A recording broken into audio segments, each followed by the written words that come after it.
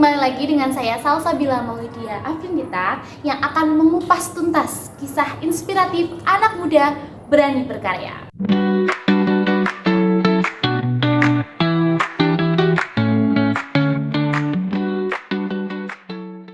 Nah, di sebelah saya sudah hadir nih mahasiswa yang sangat berani berkarya dalam bidang kesenian. Di samping saya ada Mbak Lindu. Halo Mbak Lindu. Iya. Mungkin sebelum dimulai bisa memperkenalkan diri dan juga kesibukan akhir-akhir ini, Mbak. Oke. Perkenalkan, nama aku Lindu Citara Lintia, biasanya dipanggil Lindu. Atau kalau yang teman satu proses itu biasanya manggilnya Nema ya, karena dari nama Instagram aku. Kalau kesibukan akhir-akhir ini aku lagi magang. Terus aku juga lagi bantuin teman-teman TA karena di ISI itu kan sekarang kan akhir semester ya. Oh iya. Jadi aku lagi bantuin TA S1 sama TA S2. Berarti emang diisi dengan kegiatan selingan kayak gitu. Iya. Itu yang TA itu apa ya, Mbak? Jadi kalau di ISI itu produk akhir yang mereka keluarkan kalau mau lulus itu namanya tugas akhir. Nah, aku bantuin di tari juga sama di teater. Wah, ternyata keren ya. Di bagian kesenian berarti lebih ke drama sama tari ya? Iya. Ya. Nah, saya juga sebelumnya riset di Instagram dan lain sebagainya ya Mbak Lindu. Mbak Lindu ini sangat aktif dalam bidang kesenian seperti tadi melatih ya, juga pernah tampil drama sering sekali ya, lalu tari juga. Nah, apa sih yang membuat Mbak Lindu itu tertarik dalam terjun di dunia kesenian seperti drama dan tari seperti kalau masuk ke dunia seni sih sebenarnya karena emang turun temurun ya dari kakekku itu pelukis. Terus turun, nah kebetulan di ayah dan ibu itu emang berhenti tuh seninya. Gitu. Jadi ayah sama ibu tidak terjun di dunia seni tapi masih suka. Nah terus turun ke anaknya baru mulai seni lagi. Jadi kalau ditanya kenapa awalnya suka ya emang dari keluarga. Gen ya. Gitu. Nah, berarti sejak kapan mulai latihan seperti atau mulai mengasah kemampuannya? Aku dulu itu dimasukin ibu ke sanggar tari itu dari aku TKA. Wah, berarti umur berapa tuh? 5 kali ya.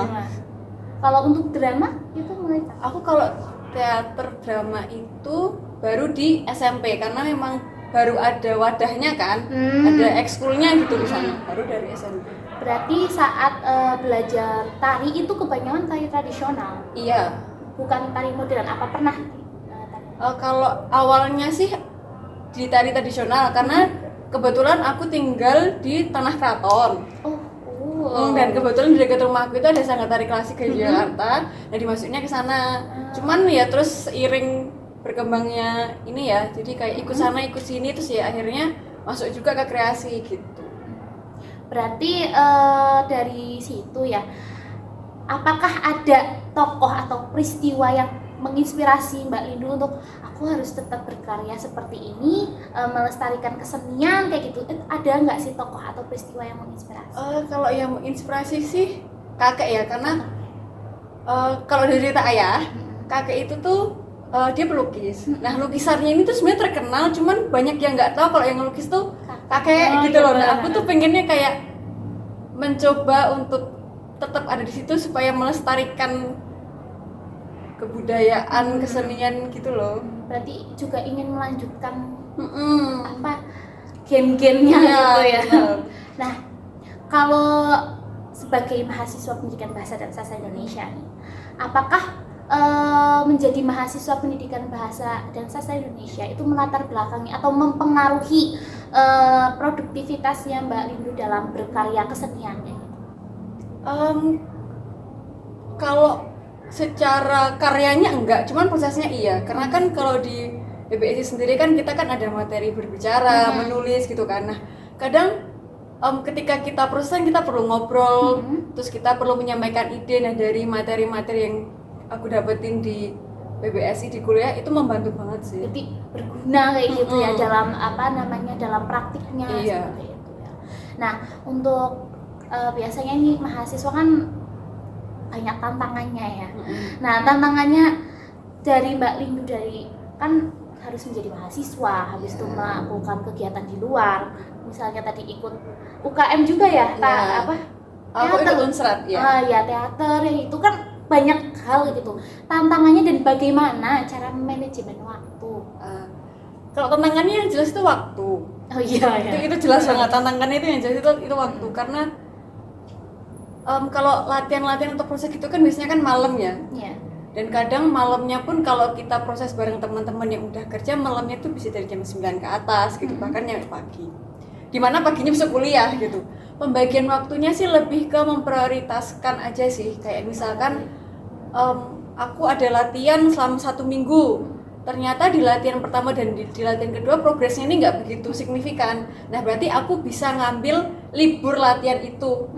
Jadi nggak harus tiap hari latihan karena ternyata progresnya itu tidak signifikan.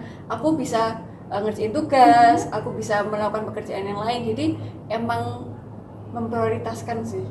Oh berarti ngatur skala prioritas iya. gitu ya. Karena kebanyakan tuh mahasiswa kadang gitu males untuk berkarya, takut untuk berkarya karena aku nggak bisa manajemen waktu kayak gitu kan. Nah berarti tipsnya tadi skala prioritas ya, menentukan yang prioritas. Nah kan tadi juga saya ingin tahu nih, ada beberapa tari atau drama yang sudah pernah ditampilkan, mungkin bisa dibagikan apa aja? Aku kalau tari itu lumayan banyak ya. Oh tari drama, iya saya lihat di Instagramnya banyak banget ya. Kalau tari klasik tuh kayak umumnya ya Balai Surom Dayung, Layon Ayun, Puja-Suti, Baworogo, Sari Tunggal, gitu-gitulah. Kalau teater itu aku kemarin barusan mentasin naskah Barabah. Terus dari cerpennya Seno tuh Dilarangnya di Kamar Mandi. Terus aku kemarin ada kita buat naskah sendiri namanya Litera. Terus kemarin tuh yang aku waktu kita apa tuh namanya? Bulan Bahasa. Waktu Bulan Bahasa itu kan juga Nestapa Tanpa Asa. Tahun ini itu sih kayaknya. Banyak banget ya ternyata. Maksudnya saya itu menginspirasinya dari Mbak Lindu tuh gimana ya? Minat seninya tuh benar-benar terpancar gitu. Jadi nggak cuma omong-omong doang gitu, benar-benar di aksi kayak gitu loh. Nah, menurutnya Mbak Lindu nih, setelah perjalanan panjang ini banyak karya yang dikeluarkan, telah berkontribusi gitu kan dalam berbagai karya, tari, kesenian dan lain sebagainya. Apa sih yang Mbak Lindu itu ingin tunjukkan melalui karya-karya tersebut, melalui seni-seni tersebut yang telah Mbak pentaskan? Yang ingin ditunjukkan ya,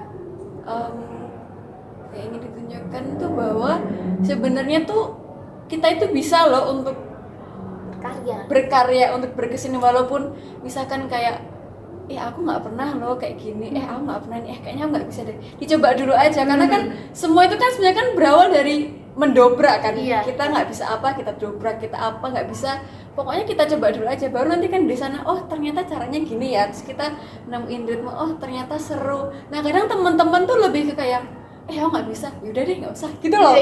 Itu kan kadang kayak harusnya tuh bisa loh, kita tuh bisa, semua orang tuh bisa, cuman tergantung kitanya mau atau enggak. Aku pengen nunjukin ke teman-teman itu sih. Karena juga banyak orang juga, termasuk saya kadang-kadang mikir ini pertama kali nggak mau nyoba padahal kalau belum ada yang pertama nggak ada yang kedua, ketiga, selanjutnya kayak gitu ya.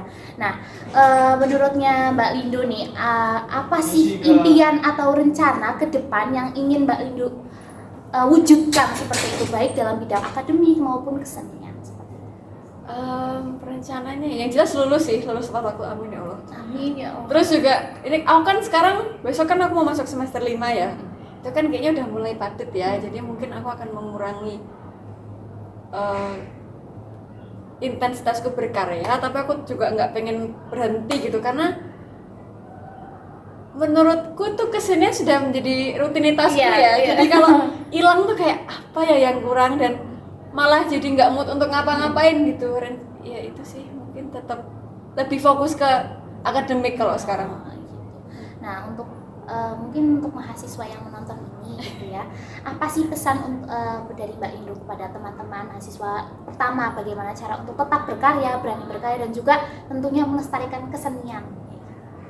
Buat semuanya sih ya, karena kan kadang nggak cuman anak muda aja, sebenarnya yang tua-tua pun masih bisa berkarya, cuman kayak aku udah tua kayaknya nggak usah deh. Sebenarnya tuh seni itu tidak memandang bisa dan tidak, dan tidak memandang tua atau muda. Ketika kita emang udah punya keinginan dan kayaknya aku pengen nyoba, ya udah diterabas aja gitu loh.